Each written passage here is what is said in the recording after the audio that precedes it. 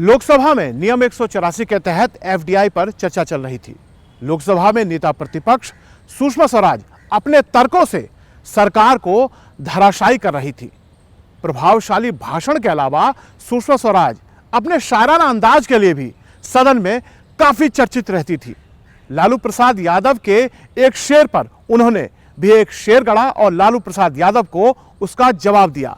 साथ में युवा सांसद दीपेंद्र हुड्डा को लौकी और आलू का फर्क भी उन्होंने अपने ही अंदाज में सदन के अंदर बताया। बड़ी बड़ी गाड़ियों वाले लोग वॉलमार्ट से खरीदेंगे। आप किसान के हित में है, मजदूर के हित में, उपभोक्ता के हित में है और नीति बना रहे बड़ी बड़ी गाड़ियों वाले लोगों के लिए। बड़ी बड़ी गाड़ियों वाले लोग तो कौन से उपभोक्ता का हित देख रहे हैं? ये कौन से उपभोक्ता के लिए वॉलमार्ट खुल रहा है? बड़ी बड़ी गाड़ियों वाले उपभोक्ता के लिए वॉलमार्ट खुल रहा है। ये दूसरा अंतर्विरोध। तीसरा अंतर्विरोध, वो कहते हैं वॉलमार्ट तो 2008 तक घाटे में था तो घाटे का सौदा करने वाला हर तरह का हथकंडा अपना के क्यों आने की बात कर रहा है? अगर वॉलमार्ट के लिए आना घाटे का सौदा है तो इतने तरह के हथकंडे अपना के क्यों आना चाह रहा है, क्यों तड़प रहा है भारत में आने के लिए? और दूसरी बात जो उन्होंने कही, भारत की अर्थव्यवस्था घाटे में, अर्थव्यवस्था की दुर्दशा है। अध्यक्ष जी, एक घाटे वाला दूसरे घाटे वाले को कैसे उबारेगा, जरा मुझे ये तो बता दें। इसलिए जहां तक कपिल सिब्बल जी का सवाल है, वो कल पूरी तरह कंफ्यूज्ड थे।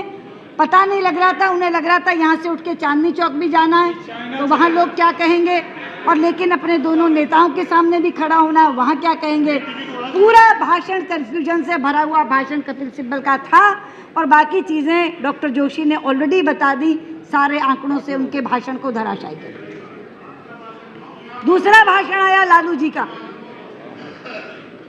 अब लालू जी ने तो मेरे लिए एक बड़ा जुगाड़ू सा शेर पढ़ दिया, यहीं खड़ा लगता है। मुझे लगता है उनके भाषण का जवाब तो मैं उन जैसे जुगाड़ू शेर में दे दूं तो ज़्यादा अच्छा होगा, क्योंकि उनको भाषा वही समझ में आती है। तो एक शेर मैं आपके लिए पढ़ देती हूँ, उसी तर्ज पर जो तर्ज आपने ली थी। आपको गांठें खोलना नहीं आता और मस्खरी के अलावा कुछ बोलना नहीं आता।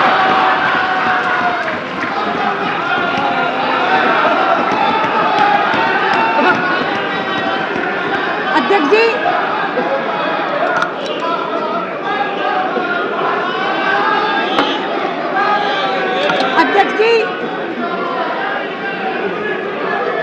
कांग्रेस के दूसरे वक्ता आए, कांग्रेस से दूसरे वक्ता आए दीपेंद्र हुड्डा। अंत में उनका नाम जुड़ा। मैं तो बड़े मोह और स्नेह से देख रही थी, क्योंकि रिश्ता है प्रदेश का। बहुत मोह और स्नेह से उनका भाषण सुनना चाह रही थी। वो इतने उत्तेजित हो गए कि 2 फुट का आलू उगा गए। उन्होंने मैकडोनल्ड को दावत दे डाली कि हम 24 इंच का आलू यानी 2 फुट का आलू उगा के देंगे उनको। वो कहते मैं किसान का बेटा हूँ। अरे बेटा, किसान के बेटे हो, लौकी और आलू का अंतर तो समझ लो। अध्यक्ष जी, 2 फुट की तो लौकी भी नहीं उगती। 2 फुट की तो लौकी उगाने के लिए भी मशक्कत करनी पड़ती है। ये 2 फुट का आलू उगा के दे रहे हैं, और वो भी मैकडोनल्ड और पेप्सिको को। अब मैं इनकी बातों का क्या जवाब दूं, जो कुतर्क से सारी बातें यहाँ रखती। उसके बाद सरकार की तरफ से अधिकृत जवाब आया।